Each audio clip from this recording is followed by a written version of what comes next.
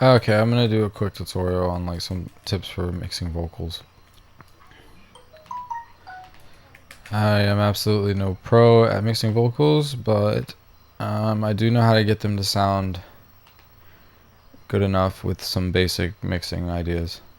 I have a preset that I kind of have here that I made that I like for at least because the microphone I'm using is a 57.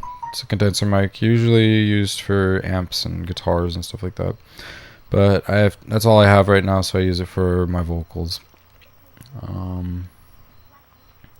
This is how it sounds like this. I recorded this with the mic I'm using right now, actually. I see you there, you a ghost good there. Sometimes shit ain't fair, my personal nightmare. I personally like to mix kind of so that the vocals have more of a high end, usually. You know, some people may not want it like that, but I kind of like my vocals like that, at least in this situation. This is what it sounds like dry. I see you there, you a ghost good there. Sometimes shit ain't fair, my personal nightmare. Alright, so what I would start with is maybe some compression. I see you there, You might want to turn the input gain. I see you there, you a ghost good there. Then you want to hit, I would say, around -6 usually. I see you there, you a ghost good there. I see you there, you a ghost good there. I see you there, you a ghost good there. Sometimes shit ain't fair, my personal nightmare. I see you there, you a ghost good there. Sometimes shit ain't fair, my personal nightmare. I usually put a limiter on. I see you there, you a ghost good there. So I'm hitting around 9, so we can probably increase it a little bit. I see you there, you a ghost. I have a high of this, but it's staying around 6. So with the compressor, you don't want to completely kill it, you know. You just kind of want to kind of tame it so that it's, you know, it's not necessarily to, you know, make sure it just stays in one spot. You want it to still sound natural, but if you want to keep it in a certain area so that you can manage it better. And this is just like some basic stuff. Like you can get real crazy. You can go in here and like, oh, this one part, I want the vocal to be a little more even. So you go in and you automate volume. You know, you can go in there and you can automate the volume at a certain point to, you know, like, oh, it's too quiet and my mix I have on there right now is not good. So I need it to just go up a little bit right here. You know, you can go in and do stuff like that. But that's if you want to get real complicated and get into that point. If you're just if you're real, like, you know, you got like a specific thing you really want to take care of. So I usually cut out low end. I mean, you can keep some of this in here. It just depends on what instruments are in this mix. Speaking of that, to start out, as you can see, I have carved out these 2 spots here and kind of pushed up on this area. This whole thing can actually probably move, you know, depending on what beat or what instruments you're using or what you're using to mix. But I've carved that out on pretty much all my instruments. You know, a little area right in this area, you know, from like 1 to 2 to 5K, you know, so that way whenever I get to the vocal, I can increase just slightly on this area and it's already kind of going to pop through because the instruments are ducked down a little bit, so then that way you can have, you know, room for a vocal to pop through. I see you there, you a ghost good there. Sometimes shit ain't fair, my personal nightmare. Alright, and then let's see. I see you there, you a ghost good there. That's good to have, so you can get more of that high end. I've seen people roll this off completely, like about here. But I don't agree with that. I mean, because there's still stuff up there. So you can cut off some of these to help with like maybe some, I guess, frequencies that might hurt. But I see you there, you a ghost good there. Sometimes shit ain't fair. But I think leaving that in gives that, I don't know, roomy feel. But that's just me personally. I like that. I mean, if you're doing pop vocals, you might cut that out completely. I don't know. It just depends on what you're mixing. Sometimes taking away can help too. I seen you there, you were ghost good there. You can dip out, like maybe I'm doing extreme stuff right here, but you can take out certain frequencies and then maybe leave the low. So like you might want to leave room for like where the kick drum might be, or, it might be in this area somewhere. So you might have something that's clashing. So you might want to like take something out here on the vocal, and then that way the kick can come through, but then it'll cause this to pop through more. It's just the way the brain interprets the audio. Sometimes. Excuse me. Keep in mind when you're taking frequencies in and out, mixing 101, you're changing the amount of dB you have, so you might need to go in and edit some of the gain or edit the knob. You want to start here and then have it so that you can use this last. That's usually how the game goes, to make things easier. So once you have a tame audio source, and also keep in mind you want to have an input that's good to begin with. You can't polish a turd. Say this audio is good enough because I can still increase the gain on it and have a pretty good sound without having the noise floor, all that all that stuff. So you want to have this at a good nominal like value, because if it came into me and it was already like really low, then when you increase that, you're gonna get all that fuzz and all the noise and the noise floor. So you want to have a good audio to begin with. I think I mentioned, but also microphones. You got to keep in mind your microphone. If you're using a microphone, sometimes you can get audio online and it's already mixed fairly well, and then you just want it to pop better, so you want to do some stuff to it. But if you're recording it yourself, some mics already have like a predefined premix in the mic, so it might be already cutting out some of the low end, so you might not have to do anything as extreme as this. It just depends on what you're using. Now let's see, what else can we do?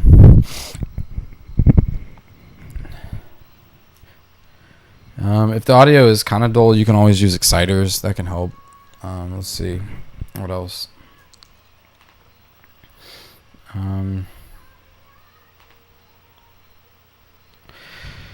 I would usually use the hyperdimension to give like a stereo feel. And I love that this has a built-in chorus. So I usually want it to be like subtle. I don't want it to be too crazy. I don't want it to be in the background. Same with reverb and delay, unless you're trying to get like some really canyon feel for like an artistic effect. But I seen you there, you were ghost good there. Sometimes you eat there, my personal nightmare. I seen you there, you were ghost good there. Sometimes you eat there. And I keep it subtle right there so that it's, you can hear a difference. I seen you there, you were ghost good there. Sometimes you eat there, my personal nightmare. So that the vocal kind of pops through a little bit more in the mix. You're supposed to add any sort of time-based effects out on buses. So this is where you put your reverb. I'll use Serum again. And delay. What's really cool about this is it has this built-in, so you can I usually would cut out the low end, because in the delay you might only want some of the high end. Ping pong is cool, but I tend to keep these really low. Like you might want to keep them high right here, but when you send it, hold on, you'll see. I'll put them at 50. And then on here is where I would edit how much I'm sending out to my reverbs. I seen you there, you were ghost good there. I seen you there. So that was too much. So you just want it subtle. You just want it subtle enough so it's in the background. I seen you there, you were ghost good there. Sometimes you eat there, my personal nightmare. I seen you there, you were ghost good there. Sometimes you eat there, my personal nightmare. It's subtle enough to where your brain picks up on it, and it just kind of gives it that. It might give it a little bit more room for your ears. It's just supposed to be there. Like it's still there. I seen you there, you were ghost good there. But when you put it into the mix, you know, you can't necessarily, it doesn't seem to be there, but it's there, and then you hear it, and your brain picks up on that, and it'll make the audio pop through. I seen you there, you were ghost good there. Sometimes shit ain't fair, my personal nightmare. And that's one trick you can use as well. You can use something like, you can get a little more into some more other stuff, like if you wanted to use like OTT, and you could compress specific frequencies to make some pop more, but in this case you don't really need to do that, so I'm not going to use that. Another thing, let's see, I'm going to move these down. I want to start with this, using a gate. Say I do have some background noise in this audio, I seen you there. so you might want to go in and start with maybe putting a little bit of a gate on there, and like a noise gate.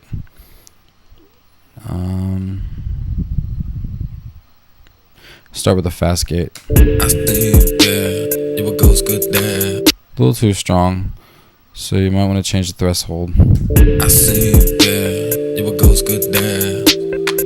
Sometimes shit ain't fair, my personal nightmare. I seen you there, you were ghost good there. I seen you there, you were ghost good there. Sometimes shit ain't fair, my personal nightmare. I seen you. Alright, so that's kind of cool. You can tweak this until you have like a, you know, until it sounds good enough, low cut, etc. You can tweak this until you have, you know, a sound that doesn't sound too choppy. I seen you there, you were ghost good there. I seen you there, you were ghost good there. Sometimes shit ain't fair, my personal nightmare. I seen you there, you were ghost good there. Sometimes shit ain't fair, my personal nightmare. I seen you there, you were ghost good there. Alright, that's already sounded pretty good, you know, it's sometimes, and it's because I have a pretty good sound to begin with, to work with, so, you know, they just harp on this constantly, and you can't polish a turd. Something else you can do, kind of touching on mixing and stereo. Something that's really cool is, like, if you think about it, in the stereo, like I'm using headphones, but, sometimes you do stereo, it sends all those frequencies out to a certain thing. If you were to use, let's see, this hold on, this Voxengo is actually free. It's pretty cool. But if I were to use iZotope and use their what is it? There's a stereoizer in iZotope, and you can lock into certain frequencies and change the amount of stereo for each frequency. So you can take the high end and make it panned really far out, and then like make the low end more center. So that's kind of what this thing can do, and that's pretty cool because I just use it kind of like this preset on the side bass removal. So it'll take the bass out on the in the sides of the headphone, but it'll make the vocals be more in the middle. So that would be more for center vocals. Now, if I had some ad-libs on here, I would want two and try to make, or at least one, and then make the second one just slightly detuned, and then like I would pan them left and right, hard left and right, so that they would be completely on the sides. That way the vocal in the center would, you know, stay there. And then of course, as always, tweak those till they sound, you know, good enough to where I like them. I see you there. But as for this Voxengo, this is what it sounds like. It's subtle, but it's good enough to kind of help with the mix. You know, you want small movements if you can. I see you there, you were ghost good there. Sometimes shit ain't fair, my personal nightmare. I see you there, you were ghost good there. Sometimes shit ain't fair, my personal nightmare. And that subtle difference, you know, it can make all the difference. You know, it's just a little bit, but it puts it more in the center a little more for that vocal.